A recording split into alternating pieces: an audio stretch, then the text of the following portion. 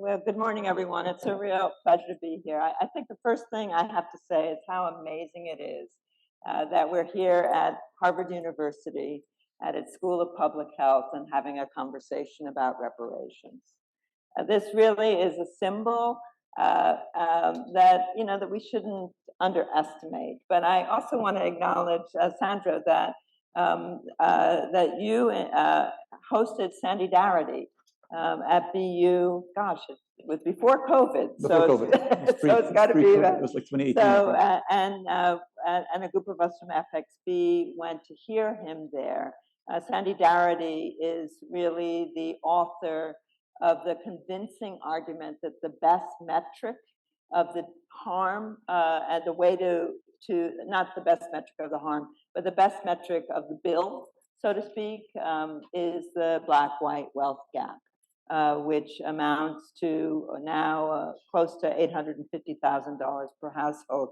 But in any case, 2 years ago, you invited me to consider writing something on reparations, and saying that we in public health, this was the argument that we made together, should join this conversation. So I thought what we might start talking about this morning is not really sort of what the bill should be or how it should be delivered, but why this is something that we should care about in public health, and why we in public health need to raise the alarm that our gradualist approach has failed, and that we will never close the yawning gaps in health that you and I have been looking at and talking about for literally decades, without making a recognition of the founding injury that requires redress by reparations.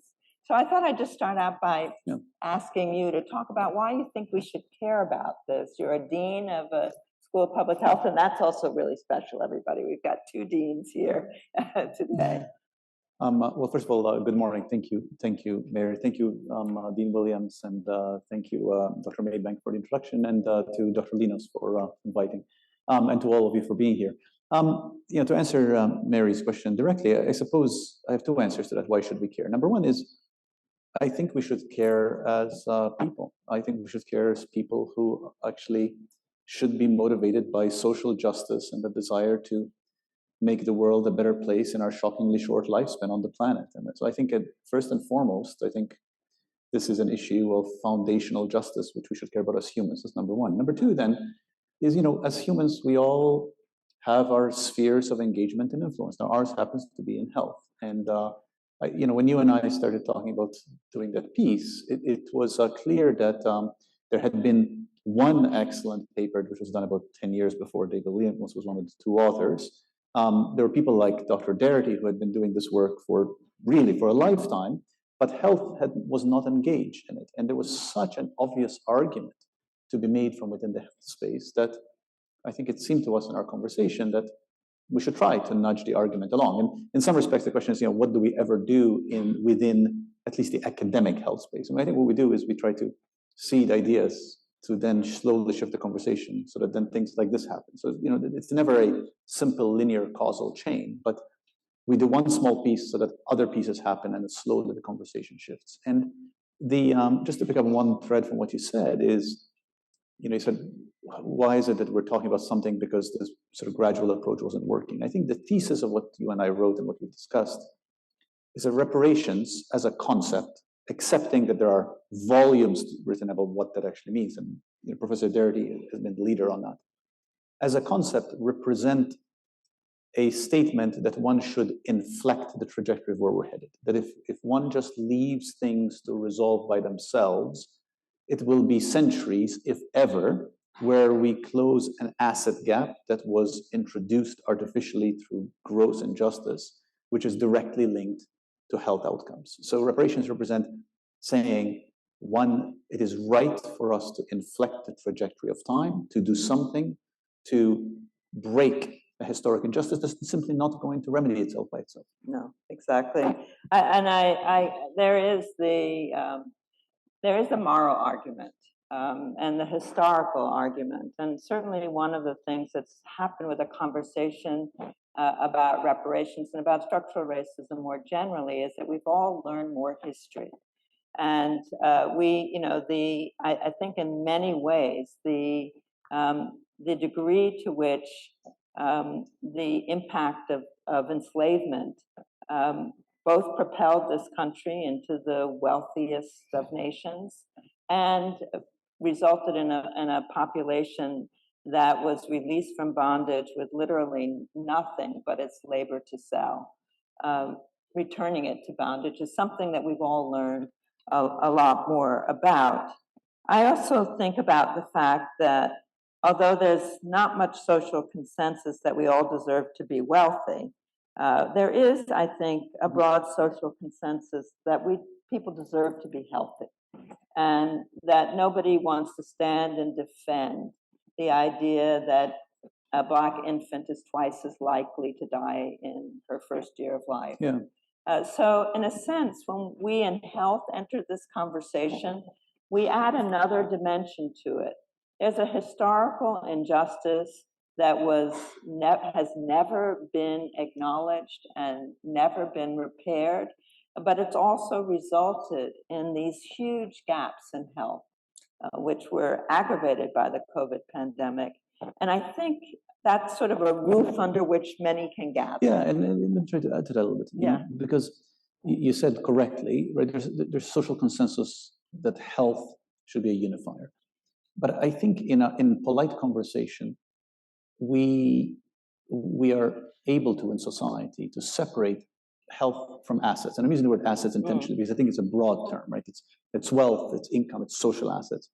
But the truth is, the work that Dean Williams referred to as social determinants of health, the work that folks study social determinants of health have done for 30, 40 years shows you actually cannot separate health from assets. So while outside of this room, perhaps there's social consensus that we should all be healthy, there isn't a social consensus that we should do something about making sure that everybody has access to the assets that make us healthy. So I sort of feel like the argument that you and I have been trying to make is that you cannot have one without the other. Like it's not good enough to be polite and say, no, we should all be healthy. But let's not worry about the assets because that's sort of icky. But the two are the same argument. And by the way, we're talking about this in the context of a particular disparity here, but there are many other disparities, intranational as well as international. And that's when things get really uncomfortable, when we talk about assets and how we think about everybody having some equitable access to assets. Well, I think that really one thing that we know is that people's health is determined by their everyday lives, not just by by pathogens. So that's part of the argument. What the Dean Williams referred to as the social determinants of health. But it still remains a really important argument, I think, that we pay in many ways for the gap in health, and that reparations is a pathway to ending the health gap. So while I think that the metric of Black-white wealth, that's assets minus debts, disparity is a way of calculating the bill, I think that the way that we should think of assessing, and I think Dean Williams has referred to this, assessing whether the bill has been paid is when we see the health gap disappear. There's no reason that we should have these group differences in health outcomes based on biology. It's because of what it means in our society, and we haven't used other words that we should be using this morning, like the ideology of white supremacy that enabled the treatment of human beings as chattel, and extending actually to the whole colonial project as well. But none of these will be completely remedied by reparations, but it will be an important first step. But I think we should also make the case that what we want to see disappear is the racial ethnic variations in health. They shouldn't be there. the problem with this conversation is there's so much to say. So you said so many things I want to react to. So let me react to a couple of things. So number one, I mean, we should just all be very clear, right? That race is negligible in terms of its link to health. And I mean, this work was done most forcefully by scholars here at Harvard, by Richard Lewontin and others. I mean, it's sort of so the fact that there exist health changes that are indexed to this genetically trivial difference of race means that this is all social.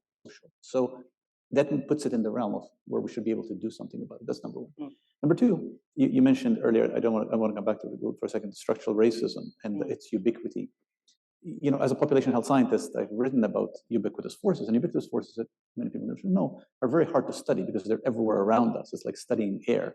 Robert Wood Johnson Foundation, which Dr. Maybank mentioned, which is now trying to tackle structural racism. I think that's the question, is like, how do you tackle things that are everywhere around us? And same as history. History influences everything we do. You said earlier, Mary, how we've all learned a lot more history, that's a good thing. We actually should know history. So I sort of feel like these conversations should be pushing us to try to reckon with how do we grapple with ubiquitous forces and how do we grapple with dealing with them to ends that seem to us both self-evident, but also probably have widespread appeal, like widespread support. Like the idea that there should be no health gaps has widespread appeal. I mean, the World Economic Forum is toying with projects about narrowing health gaps of all places. I mean, the sort of high-hold citadel of capitalism.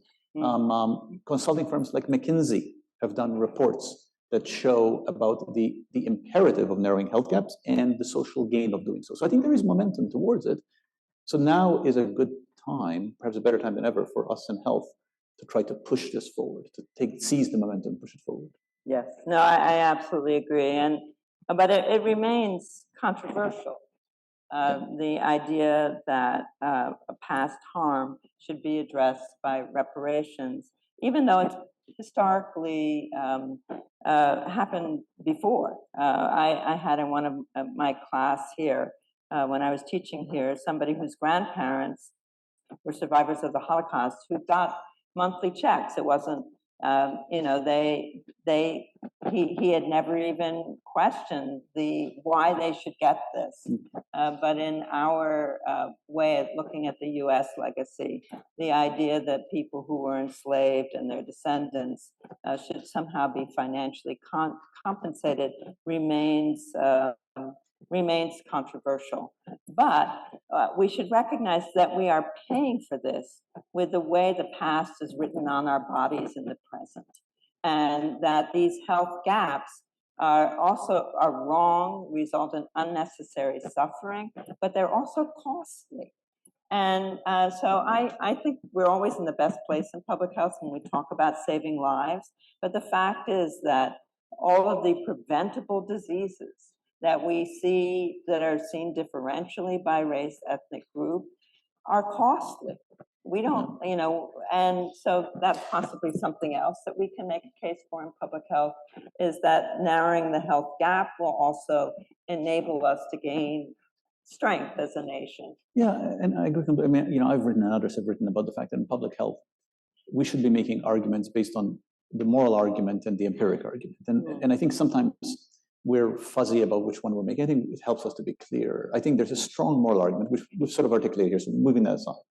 But there's also an empiric argument. The empiric argument is not is this about the cost to lives, to death, to disability. And there's the human cost, and there's also the economic cost.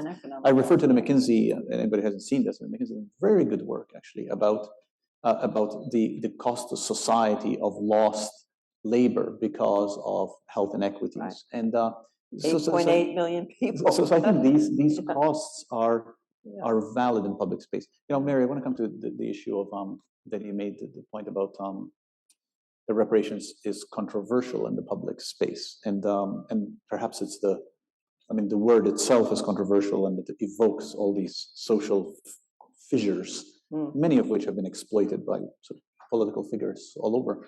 And I think, you know, Dr. James Colgrove, who is a former colleague of both Mary's and mine at Columbia, has this quote, which I'm now not going to get exactly right, but you know, ideas start off as being, you know, unacceptable, then they become controversial until eventually they become obvious, and there's a whole string of words. And in part, That's what conversations like this do. I mean, that's what, when you have scholars like Dr. Darity, who does this for decades, and then he speaks in multiple places, and then there are papers written, and then there are symposia. What we're trying to do is shift the Overton window of thought until the idea becomes obvious. So will we get to a place where the rightness of reparations, both on a moral argument and on a human cost argument, becomes obvious?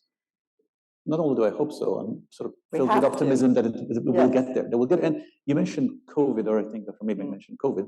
There is real, I think, moral valence to the COVID moment. I mean, you know, when COVID hit, several of us wrote, and by several of us, I mean several of us in this room, including Dr. Bassett, Dr. Linos, and Dr. Williams and I, we all wrote saying that COVID is going to have its greatest cost on people of color and people with fewer socioeconomic needs.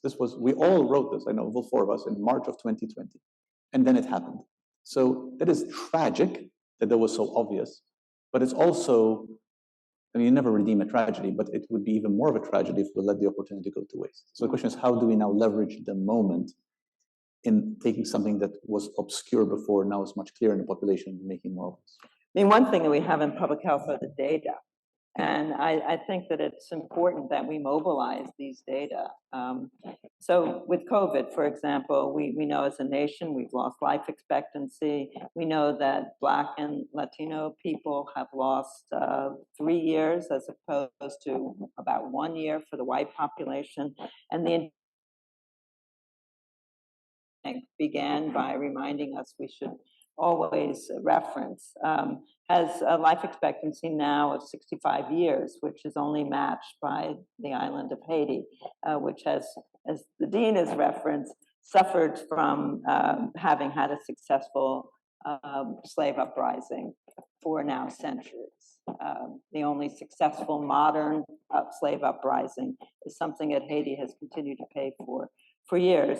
So you're right, these data are really important. This is really hard to have a tight conversation over such a broad topic, but I don't think we should get away from the idea that reparations are due for past harms, and that we can also, speaking of data in public health, imagine what it would mean to correct the wealth gap.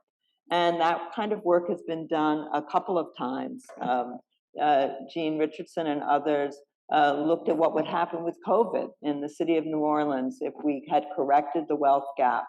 And it would have lowered the COVID mortality, not only for the Black population, but for everyone, because fewer people would have gotten infected and transmitted. And additionally, finally getting published, because it's hard to publish even these thought experiments, which is a paper using Katie Himmelstein and others, some people in the room who'll be talking here later, worked on showing that if you corrected the wealth differentials in a cohort in the health and retirement studies, that you could virtually eliminate the premature mortality rate. So we in public health have never had enough data on wealth. We almost always use income, and we're stuck with a delta often. But here it looks like the missing link may be wealth, and the wealth gap is something that won't be overcome without acknowledging the impact of centuries of free labor, and followed by government-led exclusion through the Black codes and Jim Crow. So we need to be clear, in case we haven't been this morning, that reparations means that there's a financial price to pay.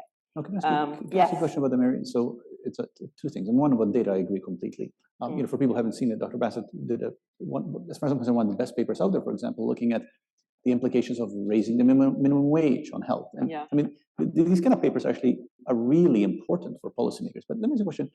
I mean, you sit on as a in New York City. It's a fabulous paper. Once in a while you see papers, you're like, I wish I had done that, and that was one of them. You are a commissioner of one of the largest health departments in the country, and to my mind, it's actually amazing that that the commissioner, one of the largest health departments in the country, is so clear about these positions. I mean, it's real progress. Like I think we should embrace that. But I'd love to hear from you. How do you see the influence that you have in that position intersecting with these with the need to shift political thought and public thought, and how does that sit in, and what is the opportunity that presents? Good question. Well, we're in campaign season, everyone. Just in case but I've always been clear about what my own beliefs are, but as a public health professional and as a human being, as you talked about. And the governor has acknowledged that we don't always agree on some of these things. So I think that this is how it will work. We talk about these things. We bring it into spaces where these conversations haven't occurred before. And we begin to hear it talked about, and it no longer seems as such a far-fetched idea that we could, as a nation, undertake a process of repair. That we need to do it for the sake of our cohesion as a nation, but we also have to do it for the sake of our health. So I just, I can't say it's a program of the New York State Health Department any more than it was a program of the New York City Health Department, where Dr. Maybank led a lot of the work that led to the papers that we wrote about structural racism. But we're in our positions, raising our voice and saying that we have an obligation as government to undertake to reverse the harms that were put in motion and sanctioned by government. So in many ways, we have to acknowledge that government created, enabled, perpetuated the damage that began with the enslavement of human beings. We may be just about out of time. This has been a very rambling conversation, but I hope that I hope that you see that. I would argue that it takes courage as a dean to decide to put your name on a paper about reparations. It took courage of our dean here at the School of Public Health to talk about the legacy. It takes courage for this university, but we need everybody in this room to have courage and to keep working as we acknowledge that we have a real mountain to climb, but that doesn't mean we turn around and say it's too high. So thank you all very much.